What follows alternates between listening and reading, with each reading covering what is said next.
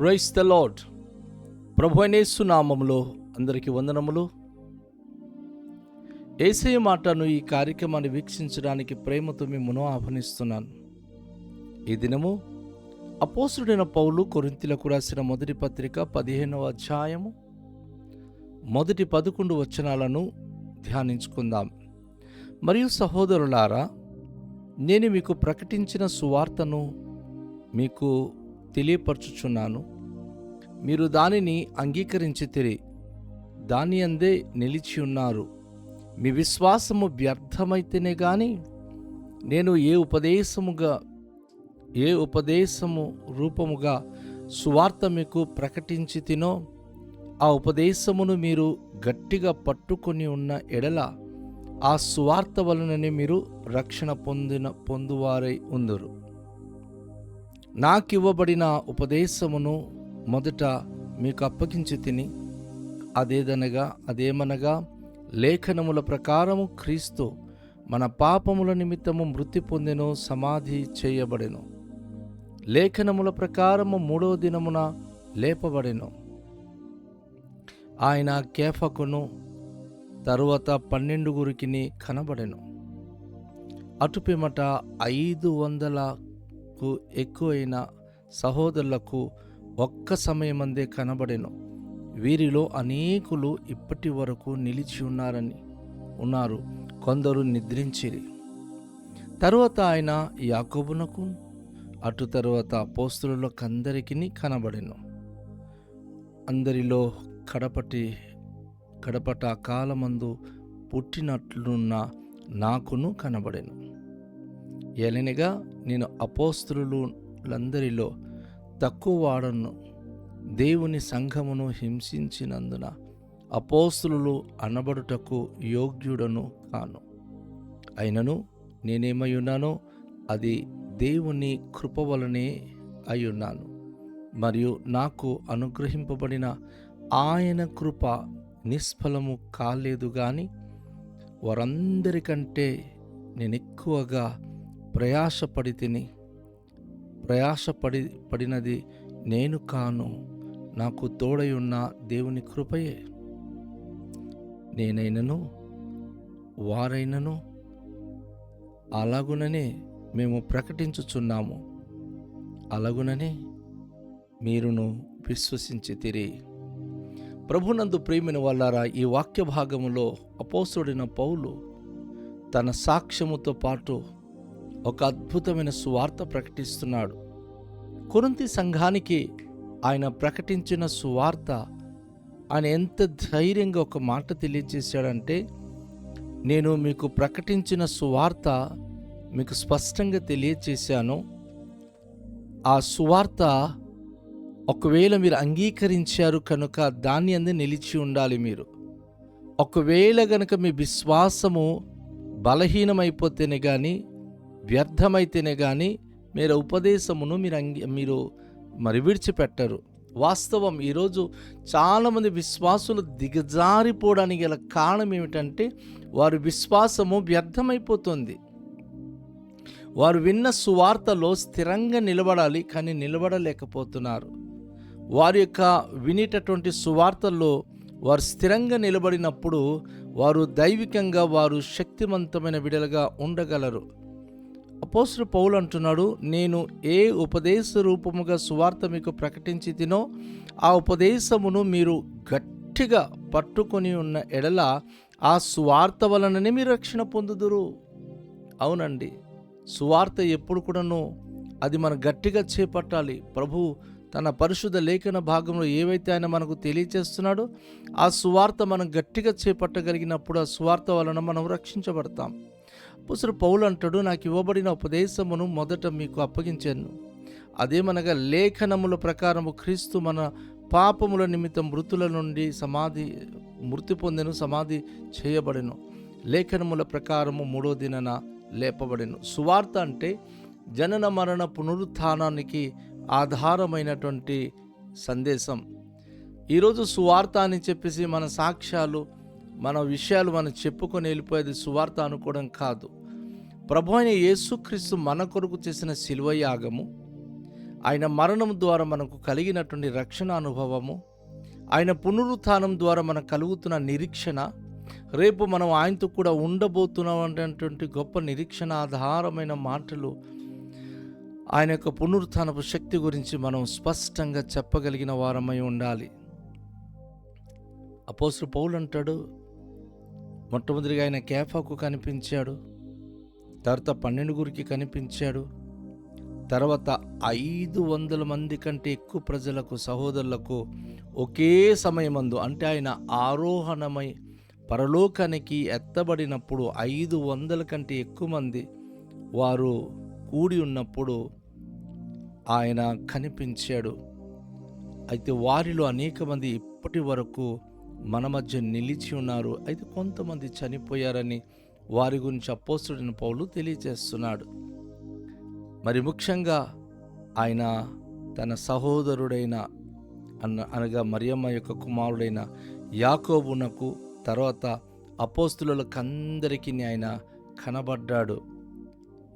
అయితే అపోస్తలుడు పౌలు తన గురించి ఆయన చెప్తూ, అందరికీ కడపట్ట అకాలమందు పుట్టినట్టున్న నాకును కనబడ్డాడు.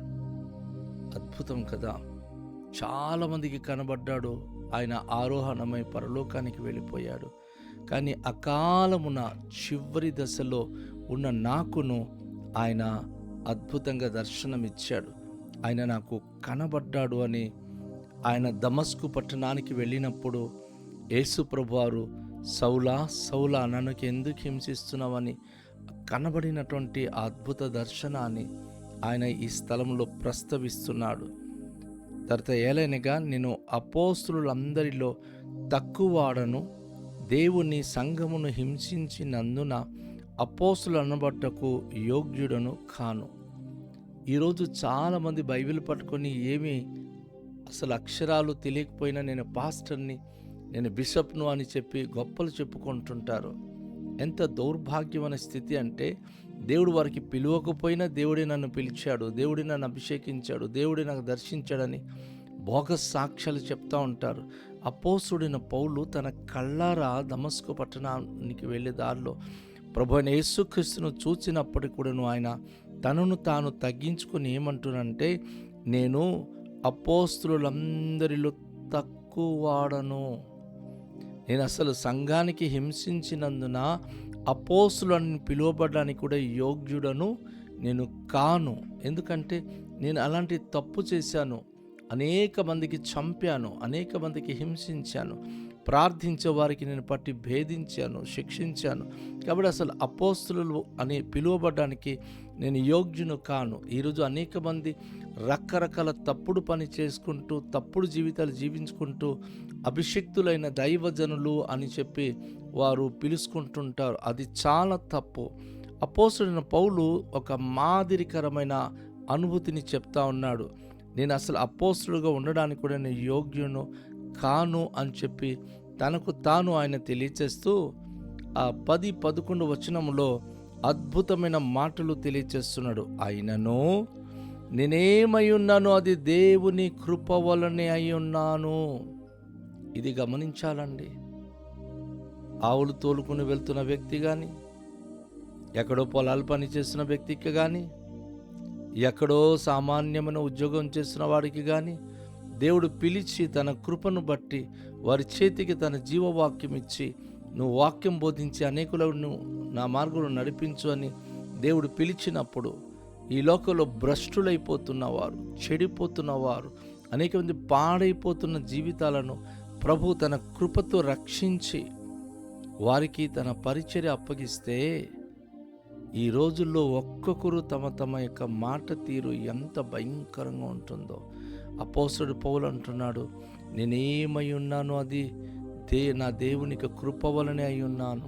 నా మటుకు నేను ఈ స్థాయికి రాలేదు, అపోస్తలత్వం పొందలేదు, ఇంతటి గొప్ప కార్యము చేయట్లేదు. అపోస్తలుడు పౌలు చేతి గుడ్డ ఎవరు తాకితే బాగుపడేవాళ్ళండి. అనేక మర్మములు బోధించగలిగే సామర్థ్యత కలిగిన వాడు అపోస్తలుడు పౌలు. కానీ ఆయన అంటున్నాడు, నేనేమై ఉన్నానో ఇవన్నీ నా దేవునికి కృప వలనే అయి ఉన్నాను, మరియు నాకు అనుగ్రహింపబడిన ఆయన కృప నిష్ఫలము కాలేదు. దేవుడు నాకు అనుగ్రహించిన కృప నిష్ఫలము కాలేదు. ఎందుకంటే ఆయన ఒక వ్యక్తికి కృప చూపించినప్పుడు ఆ కృపా వరము ద్వారా అనేక మందికి మేలు జరగాలి, అనేక మంది ఆశీర్వదింపబడాలి. వారందరికంటే నేను ఎక్కువగా ప్రయాసపడినది నేను కాను, నాకు తోడై ఉన్న దేవుని కృపయే. అపోస్తలులు అందరికంటే నేను చాలా కష్టపడ్డాను, చాలా పరిచర్య చేశాను, చాలా అనుభూతి కలిగి ఉన్నాను. అది నేను కాదు. ఎన్నో ప్రమాదాల్లో, ఎన్నో కష్టాల్లో, ఎన్నో బాధల్లో, అందరికంటే ఎన్నోసార్లు దెబ్బలు తిని, ఎన్నోసార్లు నేను శ్రమలు పాలై దేవుని సువార్త ప్రకటించాను. వాస్తవానికి అపోస్తలుడైన పౌలు పడిన శ్రమలు ఏ అపోస్తలులు పడలేదు. వాళ్ళందరూ కూడా కష్టపడ్డారు, చంపబడ్డారు. కానీ అపోస్తలుడు పౌలు వాస్తవంగా సంఘానికి ఎంత హింసించాడో దానికంటే అనేక రెట్లు ఆయన శ్రమ అనుభవించాడు.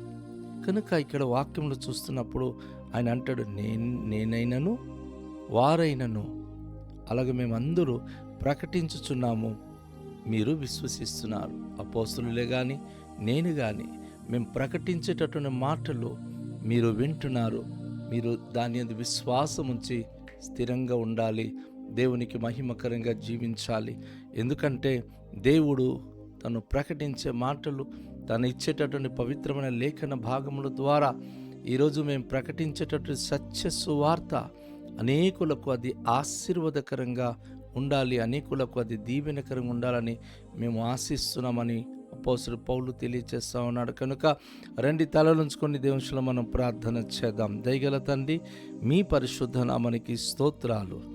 ఈరోజు మాకు ప్రభువా మీరు అపోస్తలుడు పౌలు యొక్క అద్భుతమైన అనుభవ సాక్ష్యము మాకు వినిపించినందులకే కృతజ్ఞతలు చెల్లిస్తున్నాం. ఈ పరిశుద్ధ ఆదివారమున ప్రభువా నీ సన్నిధికి వచ్చే ప్రతి ప్రియ బిడలు మీ దర్శన భాగ్యం పొంది మీ యొక్క రక్షణ అనుభూతి పొందుకొని మీ సువార్తలు స్థిరమైన విశ్వాసం కలిగి జీవించే భాగ్యవంతులుగా కృప చూపించుమని సకల మహిమ ఘనత ప్రభావములు మీకే చెల్లిస్తూ యేసు నామములో ప్రార్థిస్తున్నాము తండ్రి, ఆమేన్. అందరికీ షాలోం. ప్రభు మనను దీవించునుగాక.